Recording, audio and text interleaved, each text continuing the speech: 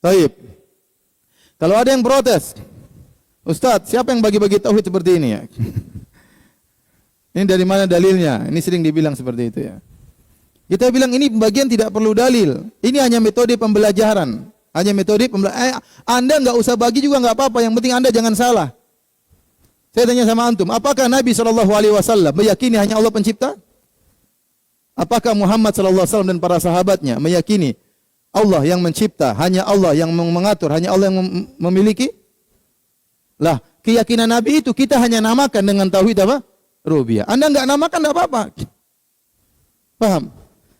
Apakah Nabi dan para sahabatnya pernah menyembah selain Allah? Enggak, mereka menyembah cuma siapa? Allah. Nah, sikap Nabi dan para sahabatnya yang menyembah hanya kepada Allah kita namakan dengan tauhid apa? Uluhiyah. Ya. Paham? Sama. Apakah Nabi meyakini ada yang maha mengetahui selain Allah? Jawabannya tidak ada. Nah, keyakinan Nabi bahwasanya yang mengetahui hanya Allah itu kita namakan dengan tauhid apa? Al-asma wa sifat. Ini hanya metode pembelajaran. Ya, hanya metode pembelajaran. Kalau kita tidak membagi juga enggak ada masalah, yang penting kamu jangan salah. Kenapa butuh pembagian ini? Itu pertanyaan, kenapa butuh pembagian ini? Karena pembagian dibutuhkan karena ada yang menyimpang. Karena ada yang menyimpang. Dia benar dalam satu sisi, dia salah dalam sisi yang lain. Buktinya, betapa banyak orang menyangka dia bertauhid, padahal dia menyembah kepada selain Allah. Sementara dia meyakini yang menciptakan hanya Allah, yang mengatur alam semesta hanya Allah. Tapi waktu menyembelih, dia menyembelih kepada jin. Maka kita harus jelaskan, kamu ini benar dalam yang ini, salah dalam yang ini. Nah, yang ini namanya, yang benar itu namanya tauhid rububiyah, yang salah namanya tauhid al-uluhiyah. Jadi pembagian ini muncul kalau sebenarnya tidak ada penyimpangan, tidak perlu kita bagi-bagi. Paham? Saya ulangi.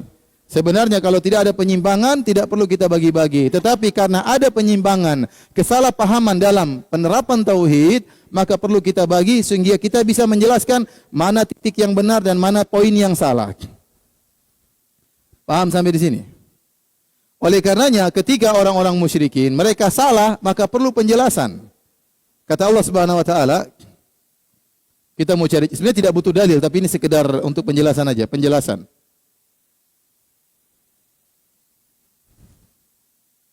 Pertama, pembagian perlu karena apa? Karena ada penyimpangan. Allah berfirman tentang orang musyrikin, wa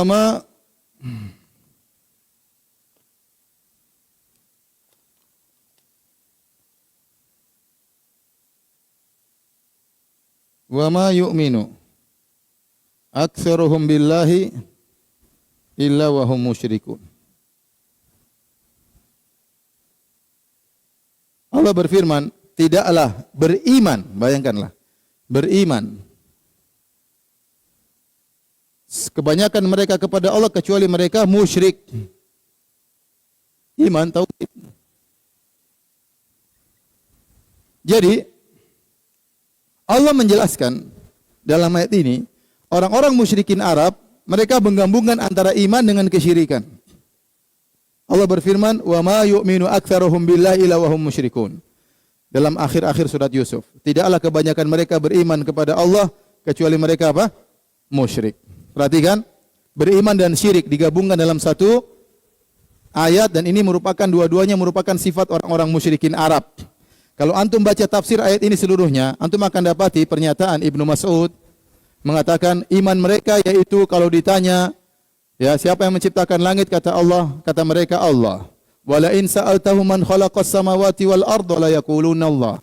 Kalau engkau bertanya kepada mereka siapa yang menciptakan langit dan bumi, mereka akan mengatakan siapa? Allah. Itulah iman mereka. Wala in sa'altahum man khalaqahum, kalau kau bertanya kepada mereka siapa yang menciptakan mereka, la yaquluna Allah. Mereka jawab yang menciptakanlah siapa? Allah. Berarti iman mereka itu. Mereka yakin hanya Allah yang maha pencipta, hanya Allah yang maha memberi rizki, hanya Allah yang maha rububiyahnya. Ternyata mereka berbuat syirik. Wa hum musyrikun. Kesyirikannya di mana? Kesyirikannya ternyata mereka menyembah berhala, ternyata mereka menyembelih kepada selain Allah, ternyata mereka pakai azimat-azimat. Ternyata mereka berdoa kepada selain Allah Subhanahu wa taala. Maka dengan ini butuh pembagian. Ternyata ada tauhid mereka yang benar, ternyata tauhid mereka yang salah. Nah, mereka yang benar ini pada tauhid apa? Rububiyah. Antum-antum enggak lihat sini aja. Kelihatan kah? Enggak lihat toh? Kasihan nanti menghayal aja, salah menghayal bahaya. Yang bisa pindah sini aja. Yang bisa pindah sini. Ini bertauhid apa? Rububiyah. Mereka salah dalam tauhid apa? Tauhid uluhiyah. Nah, karena ada kesalahan dari orang musyrikin, maka Allah membagi. Ya. Allah membagi, Allah ingatkan kalian benar dalam tauhid rububiyah, kalian salah dalam tauhid uluhiyah. Maka Allah sering berdalil dengan tauhid rububiyah untuk membantah mereka yang salah dalam tauhid uluhiyah. Makanya Allah mengatakan, "Ailahun ma'allah." Siapa yang memberi rezeki, siapa yang menciptakan kalian? Apakah ada sembahan selain Allah? Kalau kalian tahu yang menciptakan hanya Allah, memberi rezeki hanya, kenapa kalian menyembah selain Allah? Itu sering. Ya. Ya. Ya ayyuhan nasu ubudu rabbakumul ladzi khalaqakum wal ladzina min qablikum la'allakum tattaqun. Alladzi ja'ala lakumul arda firasya was samaa'a binaa'a wa anzala minas samaa'i maa'an fa akhraja bihi minats thamarati rizqan lakum fala taj'alu lillahi andada wa antum ta'lamun. Surat Al-Baqarah ayat 21 kalau tidak salah. Wahai manusia sekalian, ya, sembahlah Rabb kalian yang telah menciptakan kalian dan orang-orang sebelum kalian. Yang telah menghamparkan bumi bagi kalian. Yang telah meninggikan langit bagi kalian, yang telah menurunkan hujan bagi kalian, yang menumbuh-numbuhkan tumbuhan hanya bagi kalian hanyalah Allah. Maka jangan kalian mengambil tandingan-tandingan bagi Allah. Kalian berdoa, beribadah kepadanya, wa antum ta'lamun, padahal kalian tahu semua yang menciptakan hanyalah Allah. Ini ayat Al-Baqarah 21. Allah berdalil dengan tauhid rububiyah untuk memperbaiki tauhid uluhiyah mereka yang keliru. Faham? Allah berdalil dengan tauhid rububiyah untuk memperbaiki tauhid uluhiyah mereka yang salah. Contoh dalam surat apa? Al-Baqarah ayat berapa? Ayat 21. Ini contoh. Sehingga tatkala itu di zaman Nabi ada pembagian tauhid menjadi secara konten. Nabi tidak pernah mengatakan, tapi secara konten Allah sudah membagi rububiyah dan apa? Uluhiyah. Secara konten ya. Kenapa Allah ingatkan kepada orang musyrikin yang mereka bertauhid dalam rububiyah, namun mereka salah dalam peribadatan, mereka salah dalam tauhid uluhiyah. Jadi pembagian ini sebenarnya tidak perlu kalau tidak ada penyimpangan. Tatkala timbul penyimpangan, orang-orang menyimpang dalam tauhid asma wa sifat, mereka menolak sifat-sifat Allah, mereka menolak uluhullah, ketinggian Allah Subhanahu wa taala, mereka menolak kalamullah, kata mereka Allah tidak berbicara dengan harfin wa saut, Al-Qur'an ini hanyalah makhluk, maka butuh penjelasan. Butuh penjelasan kita bagi ini bahwasanya agar kita tepat dalam setiap tauhid kepada Allah Subhanahu wa taala. Tepat sebagaimana dalam tauhid rububiyah tidak ada salah, dalam tauhid uluhiyah tidak ada salah, dalam tauhid asma wa sifat juga tidak boleh salah. Jadi intinya pembagian ini perlu karena ada apa? Penyimpangan. Fahimtum?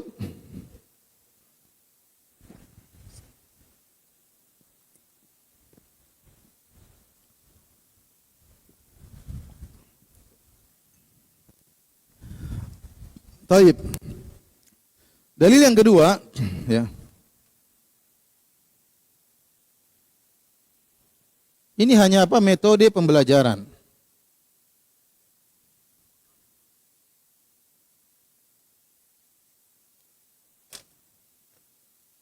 Sebagaimana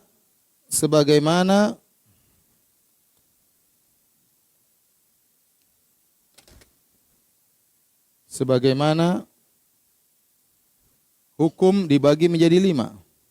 Bagi menjadi 5. Sebagaimana kata dalam bahasa Arab dibagi menjadi 3. Ini cuma metode pembelajaran. Kalau kita dalam bahasa Arab kita namanya isim, fi'il, harfun. Ada namanya isim, ada namanya kata kerja, kata benda, kata kerja, huruf. Nabi juga tidak pernah bagi-bagi seperti ini. Contoh masalah fikih, Nabi tidak pernah bagi hukum fikih ada wajib, ada sunnah, ada mubah, ada makruh, ada haram. Siapa yang bagi? Orang belakangan. Kenapa dibagi? Supaya tidak ada kerancuan. Jangan disangka setiap perintah Nabi semuanya wajib. Jangan disangka setiap larangan Nabi semuanya haram. Maka perlulah pembagian para ulama menjelaskan. Tidak semua yang diperintah oleh Nabi wajib otomatis. Ada wajib, ada sunnah. Bahkan ada yang mubah. Al-amr ba'dal hazar, perintah setelah larangan bisa jadi mubah. Tidak semua perintah otomatis jadi wajib. Nah, untuk itu adakan pembagian. Dibagilah namanya wajib, mandub atau sunnah, kemudian mubah. Ya, kemudian setelah itu pembagian lagi yang namanya makruh, yang namanya apa? Haram. Apakah Nabi pernah bagi-bagi seperti itu? Tidak pernah. Bolehkah pembagian tersebut? Boleh atau tidak? Boleh. Untuk apa? Metode pembelajaran. Paham? Metode pembelajaran. Yang ketiga,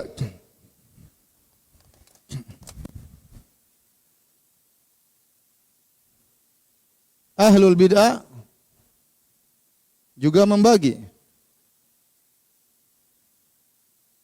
Banyak orang protes dibilang ahlul bid'ah ya. Karena mereka bid'ahnya bid'ah hasanah ya. Jadi ahlul bid'ah hasanah ya. Juga membagi ya. Sebagian mereka juga membagi. Contoh, dalam buku-buku baik Mu'tazilah maupun Asy'ariyah kita dapati mereka mengatakan tauhid rububiyah, tauhid uluhiyah. Saya sudah baca buku mereka. Mereka juga bagi tauhid uluhiyah, tauhid apa? Rububiyah. Dalam buku-buku mereka juga mereka membagi tauhiduz zat, tauhidus sifat. Dalam buku-buku mereka. Ya. Mereka bagi juga apa namanya? Tauhid zat, tauhid apa? Sifat. Apa namanya bukan apa? Mereka bagi juga sifat zat, mereka bagi menjadi sifat fi'il. Mereka bagi juga ada sifat zatiyah, ada sifat apa? Fi'liyah. Dalam buku-buku mereka. Dalam buku Syarah Aqidah Asy'ariyah juga mereka bagi, ya. Dan mereka mengatakan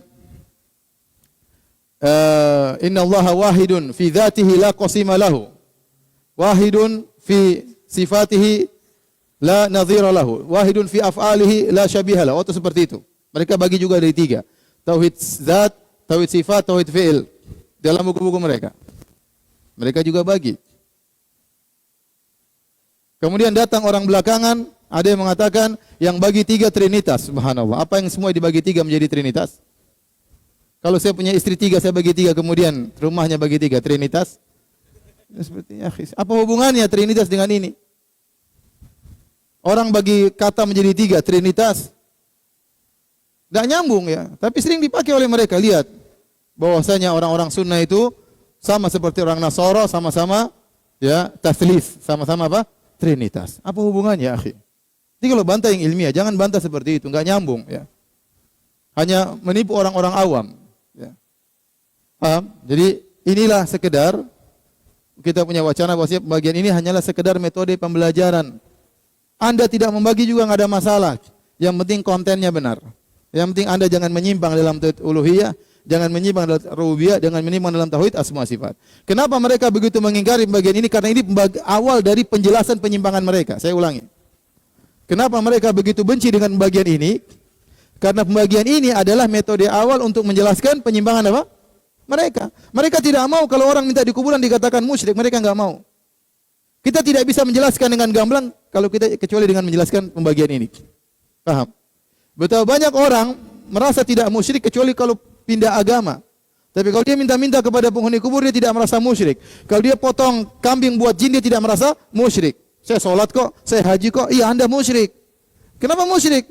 Ya kita jelaskan Anda musyrik dalam tauhid apa? Uluhiyah. Dalam rububiyah Anda benar. Paham? Jadi saya ulangi kenapa mereka benci bagian ini karena ini adalah awal dari penjelasan untuk menjelaskan penyimpangan mereka. Taib? Masih paham? Silakan dicatat. Direnungkan, yang tidak paham tanya ya.